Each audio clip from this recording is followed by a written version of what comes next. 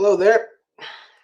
Welcome back. I know I've been away for a little bit here. I got sick and kind of lost a little bit of motivation there for a minute, but I'm back. And one of the things that inspired me to come back is all of this confusion right now over masculinity. And I think a lot of people just don't even know what it is. They don't even know what they should be striving for. And then today, I stumbled across Lewis Howe's book, The Mask of Masculinity, and I was reading through some of the reviews. And unfortunately, in these days, in this day and age, what they want men to do, it seems like, is just to become more like women. And I haven't read the book. I think I'm going to do a review on that book. But from the reviews, that's kind of what I gathered was happening. And I just don't think that's necessarily correct. Now, men do have a feminine side, and I'm not telling them to suppress that, but it always seems like when people want to help men, they always just come out with be like it comes down to be more like women. And I want to read a little excerpt here from David Dita's The Way of the Superior Man because I think he sums up pretty well what's going on right now in the sexual marketplace. And he did this years ago, but it still holds true today. So I'm going to read it here real quick. It was a good thing as time progressed for men to embrace their inner feminine and women to embrace their inner masculine. They became less fragmented and more whole in the process. They became less dependent on each other. Men could indeed change diapers, and women were completely capable of emptying the mousetraps. Macho men became more loose in feeling. Submissive housewives became more independent and directed. In terms of social roles, men and women became more similar. This was an improvement for everyone. But this 50-50 stage is only a second and intermediate stage of growth for men and women, not an end point. Side effects of this trend towards sexual similarity can be seen as a major cause of today's unhappiness in intimacy. The trend toward 50-50 has resulted in economic and social equality, but also in sexual neutrality. Bank accounts are balancing while passions are fizzling out. Men are less macho while sex and violence continues to increase on TV and in the movies. Women are more in control of their economic destiny while they go in increasing numbers to therapists and doctors to cope with stress-related disease. Why is this happening? In my workshops and consultations, I hear independent and successful women complaining that many of today's men have become wimps, too weak and ambiguous to really trust. Sensitive and affectionate men are complaining that many of today's women have become ballbusters, too hardened and emotionally guarded to fully embrace. Is this the ultimate expression of human sexual wisdom and evolution, or is there another step to take? To answer these questions, we need to understand the nature of sexual passion and spiritual openness. Sexual attraction is based on sexual polarity, which is the force of passion that acts between masculine and feminine poles. All natural forces flow between two poles. The north and south poles of the earth create a force of magnetism. The positive and negative poles of your electrical outlet or car battery create an electrical flow. In the same way, masculine and feminine poles between people create the flow of sexual feeling. This is sexual polarity. This force of attraction which flows between the two different poles of masculine and feminine is the dynamism, that often disappears in modern relationships. If you want real passion, you need a ravisher and a ravishee. Otherwise, you just have two buddies who decide to rub genitals in bed.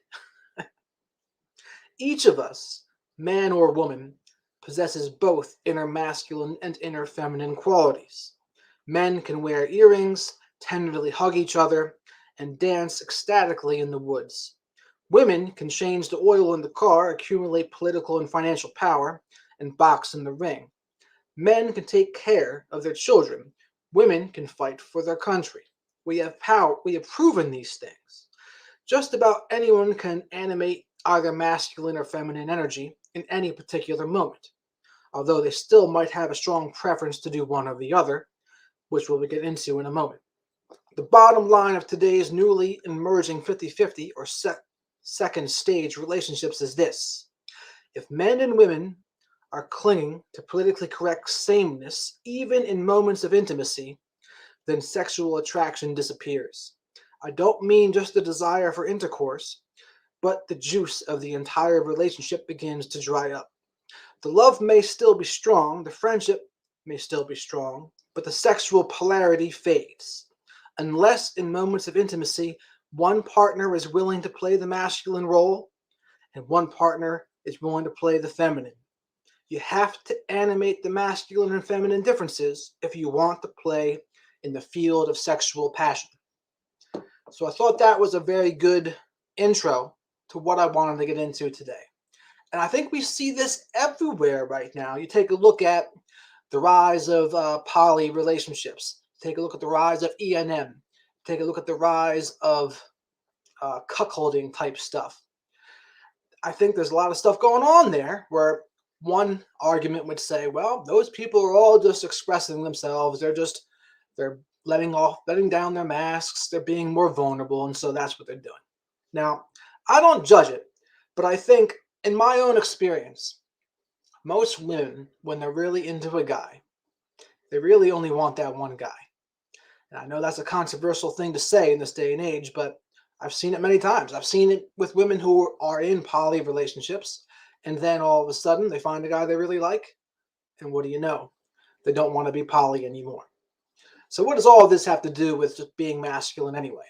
Well, I made a post a while back. It was about how men aren't intimidated by a woman's independence. They are more turned off by their masculine attitude and energy. And there was a lot of confusion over what masculine attitude and energy was. And people were confusing independence and saying that's synonymous with masculinity, which it can partially be, but not totally. So what is masculinity to me? I think it has to do with mission and purpose in life. It has to do with status seeking behavior. It has to do with competitiveness, trying to get to the top of any given field. It has to do with emotional self-control. It has to do with being more logical as opposed to being more emotional and feeling. Now, granted, it doesn't mean you don't feel, doesn't mean you deny your emotions, but it means that you can take a step back from your emotions and say, you know what? I feel this, but I know I need to take a step back and not always act on what I feel. That, to me, is one of the essences of masculinity. Now, there's other elements too, but if you had to boil it down to one thing, it's all about frame. You want to have frame. And being physically fit, that could be an element of masculinity, but it certainly is not the most important factor. I would say how people carry themselves, that's the most important factor. It's the energy that they have. It's their frame in any given scenario. And I think masculinity, it gets to the point. Like it gets straight to the point of things. It cuts through BS and it's very direct. And so it doesn't listen to people's excuses. Like you can hear someone's excuses and say, nope, we're trying to get to this end point here. And anything that does not take us to this end point, we're going to push to the side and we're going to get straight to it. And I've talked about him in multiple videos now, but you listen to someone like Andrew Tate, you may not agree with everything that he says. And that's not even the point of what he does. But I think I read a comment the other day. It emphasized what he's really trying to do. He's trying to awaken the masculine part of men's brains. And I think that's exactly what happens because he cuts through so much. He's very direct. He has extremely strong emotional self-control. No one pushes him off of his center. You look at other content creators in the manosphere or wherever, and you see them get pushed off of their emotional center. You see them get emotional. You see them caring too much about what other people think. You see them, their voices rising and them starting to get flustered. And that's certainly not masculine, I'll say that much. But when you listen to someone like Andrew, he cuts through a lot of it, right? It's bottom line, boom, very direct. And it's men challenging men to be better. And a lot of times men in this day and age, they can't handle that. They don't know what it's like to have other men to hold them accountable, to push them up. Steel sharpens steel, they say. And I think it's absolutely correct. They do. But today, so many men, they get flustered and they just don't know how to handle it. They don't know how to handle other men kind of like busting their chops a little bit and helping them to be better. They don't know how to relate. They don't know how to relate well with other men. Sometimes it's because they didn't have a father in the picture, or maybe they did have a father in the picture and he just wasn't around, or he was always busy doing other stuff and didn't really give them much time and attention. But another guy was saying the other day, what you want a father to be? Impactful. And it doesn't mean that he's always just going to be like extremely supportive and loving and what's the word, understanding of everything you do. Sometimes it means he's going to be hard on you, and you might not like it at the time, but if you look back on it later in life, you realize, wow, that stuff might have been for the best. I'm glad that kind of thing happened. So today, I would recommend every man read The Way of the Superior Man and just observe content. Listen to people. Listen to people who are trying to help men. Now, you got to be careful, though, because there are certainly men, and I presume Lewis Howes to be one of them, where the way they want to help men is they want to make them more like women. And I'm not a fan of that at all. I'm not saying to men to suppress your feelings and all these other quote unquote toxic things, but here's the thing. It's valuable for men to be able to have emotional self-control. Why? Because when crap hits the fan and you're in a heterosexual relationship with a woman, is that woman going to feel more safe with you if you're all up in your feelings, up and down, left and right, being extremely vulnerable when, like, this is life? Like, this is the battle of life. Women are biologically programmed to want a strong partner, the person that's going to help them carry the strongest offspring into the future generations. And she wants like the P's, they call it, right? Protection, provision, and there's one more, I forget what it is. But that's what they want. And so a man can feel those things. But the definition of courage to me is doing the right thing regardless of how you feel. And sometimes you got to push some stuff to the side to do what's really right. And that's why I don't like all of that when Lewis Howes calls it the mask of masculinity. Almost like, well, guess what? Men have had to do things since the beginning of time to ensure our survival as a species. And now all of a sudden in the what is this? The 21st century here, we're going to want to say that no. All that stuff that we did in the past, that was all wrong. That was all wrong. They were just wearing the mask of masculinity then. They didn't know what they were really doing. But here's the thing. The people who are alive today, their ancestors made it. So they must have been doing something right. We can't say that everything they were doing was wrong that got us up until this point. It is so arrogant to believe that everything our predecessors did was wrong and that we're going to do it the right way now. And because we know better now, after all of humans' existence, to say, no, men have been away all through eternity, and now we're going to say they should be like this. And the term I'm always told that I am, the women tell me, oh, you and your antiquated beliefs. They must have learned it in, say, their gender studies course or something, because they all use it. They say, oh, what an antiquated view of relationships. But here's the thing. Like masculine and feminine, they're supposed to complement one another. That's what they're supposed to do. Men's weaknesses are supposed to balance out by women's strengths and vice versa. So that's where the complementing comes in. And men are going to be better at certain things, and women are going to be better at certain things. And we're supposed to fit together like a puzzle. Now, and there's nothing wrong with that either. Like, that's how we evolved. That's how things were all through history. But again, since the sexual revolution of 1964, now all of a sudden they're going to say, no, that's not good. Now we're going to go towards sexual neutrality, as David Dita calls it. And We're seeing the consequences now. I would say there's more single people than ever. And I was watching the Kevin Samuels video the other day, and he was reading something out of Psychology Today, and it was really troubling. And he was talking about black women because ultimately that's the community he's trying to help the most. But I truly believe his lessons help everyone. And I ultimately really like Kevin Samuels' goals. He's trying to help the black community. He's trying to help relationships in general. And there's a lot of women who have gotten married from being open-minded enough to watch his channel and take action on his suggestions. That's a great thing.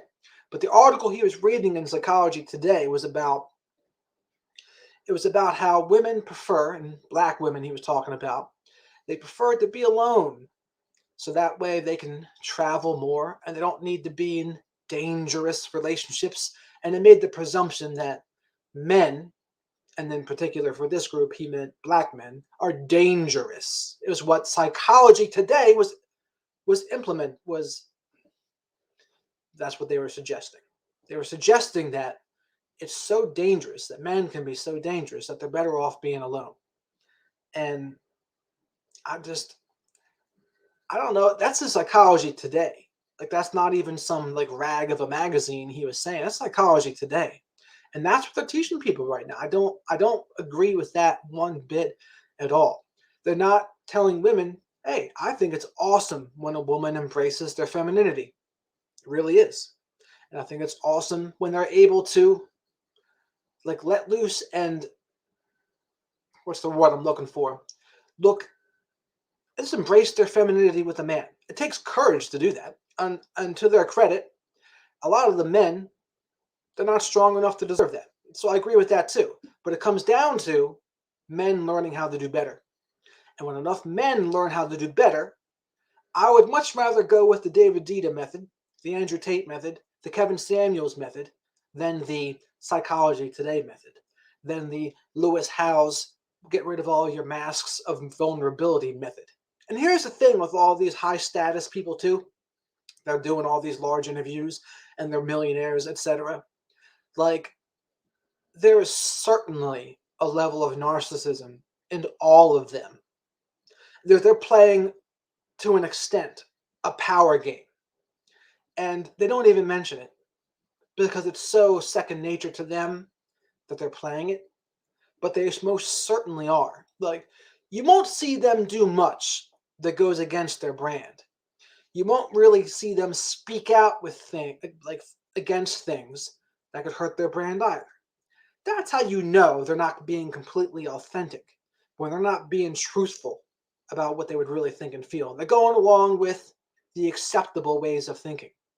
And that's what they're doing. And a lot of the people who are in that sphere, like the YouTube sphere, not quite the manosphere, but adjacent to the manosphere, just like these, I guess people like Lewis Howes is part of the group, and there's other guys like him that there's certainly a level of narcissism there, and you just got to watch out for that. So there's a lot of masks out there, but there's certainly more than the mask that he talks about.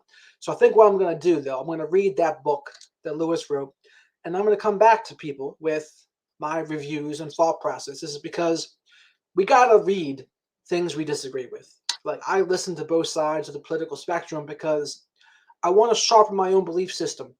I want to hear the other side, because we can't really prove our arguments. We can't really back up our arguments better unless we know the other side. We got to address their side too for our arguments to be stronger.